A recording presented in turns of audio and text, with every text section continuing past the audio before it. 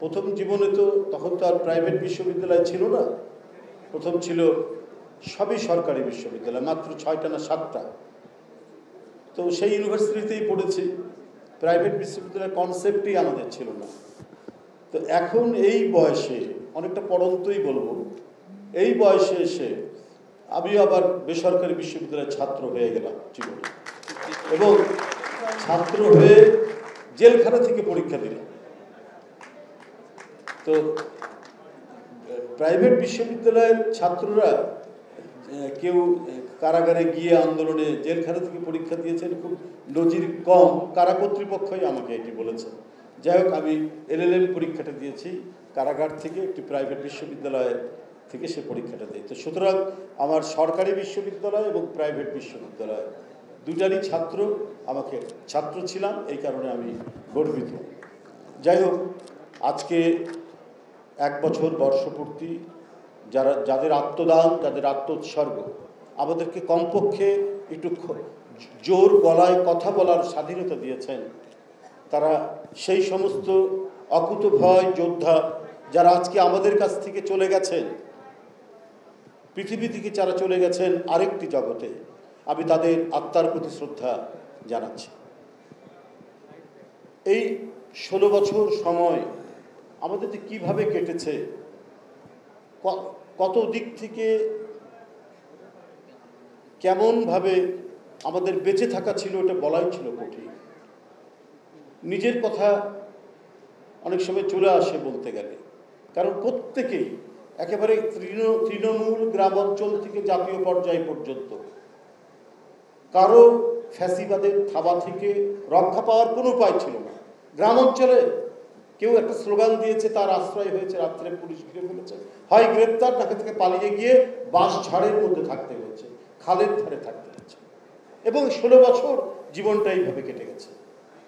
ভাইকে ধরতে গেছে, বোনের গায়ে হলুদ দিচ্ছে, ভাইকে কেন পাওয়া গেল না?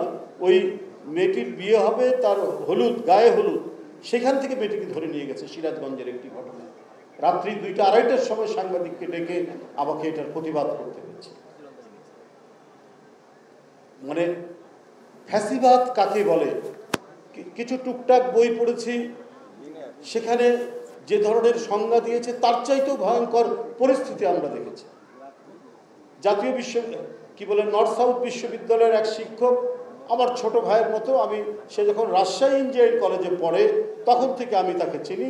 ছাত্র দলের সে একজন খুব বলিষ্ঠ একজন নেতা ছিল, কর্মী ছিল, অত্যন্ত মেধাবী ছিল। তখন তো মাত্র 3টা ইঞ্জিনিয়ারিং কলেজ, তখন খুব মেধাবী ছেলে ছাড়া মেডিকেল কলেজ আর ইঞ্জিনিয়ারিং কলেজে চান্স পাওয়া যায় না।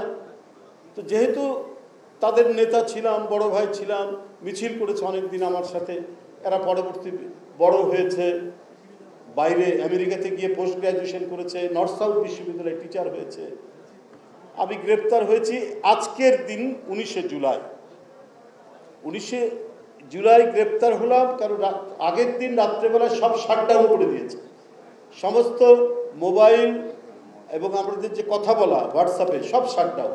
কার সাথে যোগাযোগ করবো? চেয়ারম্যান সাহেব লন্ডন থেকে তিনি বললেন যেভাবেই হোক আমিনুল আর মজদুর সাথে একটু যোগাযোগ করেন, কারণ আজকের দিনে, এটা গতকাল রাত্রে বলেছেন, 1 বছর আগে, আজকের দিনে বিএনপি একটা প্রোগ্রাম দিয়েছে প্রেস ক্লাবের সামনে, যেভাবেই হোক আমাদের এই প্রোগ্রামটা সাকসেসফুল করতে হবে। সেটাই হচ্ছে 19শে জুলাই। তো যাই হোক, এখন উনি নানাভাবে চেষ্টা করে আমার সাথে যোগাযোগ করেছেন, আমি আর কোনোভাবেই করতে পারছি না, কারণ যোগাযোগ করতে হলে নর্মাল টেলিফোনে করতে হবে, আর হোয়াটসঅ্যাপে করা যাবে না। আমি একটা নর্মাল টেলিফোন জোগাড় করে, কারণ আমাদের সব তো হোয়াটসঅ্যাপে, কার নাম্বার খুঁজবো আর কোথার থেকে নাম্বার পাবো, কষ্ট করে মজনু আর আমিনুলের নাম্বারটা জোগাড় করে বললাম যে তাড়াতাড়ি ভালো করে অর্গানাইজ করে, যাতে প্রেস ক্লাবের সামনে আমরা একটা ভালো শোডাউন দিতে পারি। আমি এইটা তাদের যোগাযোগ করলাম, তখন আমি নিজেই যাওয়া শুরু করলাম, যে আমি একটু তাহলে আগেই যাই, গেলে পরে ওরা একটু সাহস পাবে, আমার কথা শুনলে আমি প্রেস ক্লাবে আছি, লোকজন আসা শুরু হবে। আমি যাই হোক ঢুকলাম না। এর মধ্যে রাস্তায় আরও অনেক ঘটনা হয়েছে, অনেক কিছু হয়েছে। ঢোকার পরে তারপরে তো দেখি বোমাবাজির আওয়াজ, সাউন্ড গ্রেনেড, পুলিশের গুলি, শর্টগানের আওয়াজ, এক ভয়ঙ্কর অবস্থা। এরপরে আমার মতো একজন মানুষ যাকে একটা স্টিক নিয়ে চলতে হয়, আমাকে একেবারে 50-60 জন পুলিশ ঘিরে নিয়ে চলে গেল। যাই হোক, এইটা হলো অবস্থা। কিন্তু আজকে আমি এই কথাগুলো এই জন্য বলেছি, অনেকে নানাভাবে নানা কথা বলছে যে বিএনপির 142 জন ছাত্র দলের ছেলেই মারা গেছে, আরও অনেক, মানে টোটাল বিএনপির প্রায় 422 জন বা তার চেয়ে তো বেশি, 450 মতো মানুষ মারা গেছেন এই আন্দোলনে। নেতৃত্ব দিয়েছেন ভারপ্রাপ্ত চেয়ারম্যান। তো সেটা প্রতিনিয়ত 19শে জুলাই পর্যন্ত তো আমাকে কথা বলতে হয়েছে। এই যে নতুন নতুন টার্মস এবং টার্মিনোলজি, এই যে কমপ্লিট শাটডাউন, আমরা তো এই শব্দের সাথে পরিচিত ছিলাম না। এই তরুণরা এই জিনিসগুলো সৃষ্টি করেছে। চেয়ারম্যান সাহেব সাথে সাথে বললেন যে এটা সমর্থন দেন। তারপরে তারা এক একটা কর্মসূচি বিভিন্ন জায়গায় বলছে এখনই ভার্চুয়াল প্রেস ব্রিফিং করে সমর্থন দেন। 19শে জুলাই গ্রেপ্তার হওয়া পর্যন্ত, যেদিন থেকে আন্দোলন শুরু, আমার মনে আছে 11ই জুলাই আমার রুম রেড করলো পার্টি অফিস, একটা ছোট্ট রুমে ওর দিনের পর দিন, মাসের পর মাস, বছরের পর বছর কাটিয়েছে। হঠাৎ কি বলে ডিবি হারুন লোকজন নিয়ে আমার রুম সেখানে সার্চ করে, আমার রুমে ভাই বই ছাড়া আর কিছু থাকে না। ওরা কিভাবে একটা নাটক সাজিয়ে ভিতর থেকে অস্ত্র শস্ত্র বের করে বললো যে রিজভী আহমেদের রুম থেকে এই অস্ত্র শস্ত্র বের করলো। তো হ্যাঁ, তারপরে তো গেল ওইরকম অবস্থা। তো আমি বুঝলাম যে সরকার কিন্তু মানে এগিয়ে আসছে। এরপরে 16ই জুলাই আবু সাইদ আন্দোলন তীব্র হয়ে যা আমি বলে গেলাম।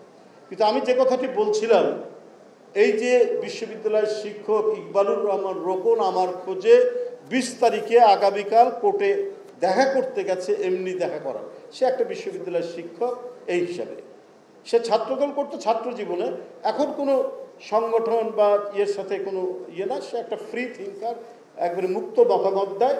নিশ্চয়ই তার মধ্যে একটা রাজনৈতিক দর্শন আছে, জাতীয়তাবাদী দর্শন আছে। আর ওই ছাত্র জীবন থেকে ওদের সাথে সম্পর্কিত দেখা করতে আসছে, সৌজন্য সাক্ষাৎ, সামাজিক একটা বিষয়, যে একটা মানুষকে ধরে নিয়ে গেল কালকে, ওইখান থেকে তাকে ধরে নিয়ে গেল। এখন ঘটনাটা শুনুন, দেখুন ফ্যাসিবাদ কিভাবে কায়েম হয়। রাষ্ট্র যে সব নিয়ন্ত্রণে থাকে একজন ব্যক্তির হাতে। ওর পরিচয় নিচ্ছে, তোমার কে ভাই কি কি করে, তো বলেছে আমার বড় ভাই মেজর জেল বগুড়ার জিওসি ছিল।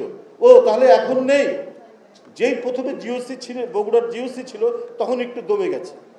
যখন শুনেছে যে 2 বছর আগে রিটায়ার্ড করেছে, এখন নেই, তখন আবার দুর্ব্যবহার শুরু করলো, ভয়ঙ্কর রকম দুর্ব্যবহার শুরু করলো। এবং কর্নেল মেজর লেভেলের কোনো তার ভাগনা ভাতিজা, একজন কর্নেল একজন মেজর বা এই টাইপের, তারা একজন হয়তো টেলিফোনও করেছে, এটাকেও পাত্তা দেয়নি। ওসির এত ক্ষমতা যে একজন কর্নেল একটা মেজরকে পাত্তা দেয় না। মেজর জেনারেল শোনার পরে একটু সমীহ করেছে, তারপরে যখন রিটায়ার্ড করেছে তারপর আর নাই, তাকে ধরে নিয়ে চলে গেল। এই যে পরিস্থিতি দেখুন, আমার সামনে আমাদেরকে জেলখানায় পাঠিয়ে দিল, 7 দিন পর আবার 5 দিনের রিমান্ডে নিয়ে আসলো। দেখি একটা বাচ্চা ছেলে আমাদেরকে চাচা বলে ডাকে, মানে একেবারেই বাচ্চা ছেলে আমাদের সামনে, দেখি খোঁড়াচ্ছে এবং চোখ মুখ লাল, হাত পায়ে মানে প্রচণ্ড রকমের সে মানে এক ধরনের ইয়েই করছে আর কি, তার মানে বেদনার যে বহিঃপ্রকাশ সেটা বোঝা যাচ্ছে।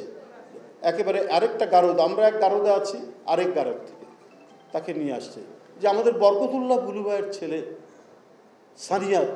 বলে বাবা তুমি এখানে, যে চাচা আমাকে খুব খুব মারা মেরেছে।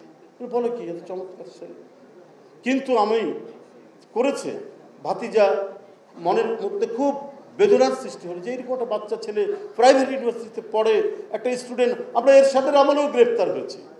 তখন ইউনিভার্সিটির ছাত্র শুনলে পরে কখনো গায়ে হাত দিত না, যে এরা এত অমানুষ যে বাচ্চা ছেলের গায়ে হাত দিল। কিন্তু আমার আরেকটি ঘটনা পরক্ষণ শুনে আমার এত গর্ব অনুভব হলো, যেটা আমি ভাষায় ব্যক্ত করতে পারবো না।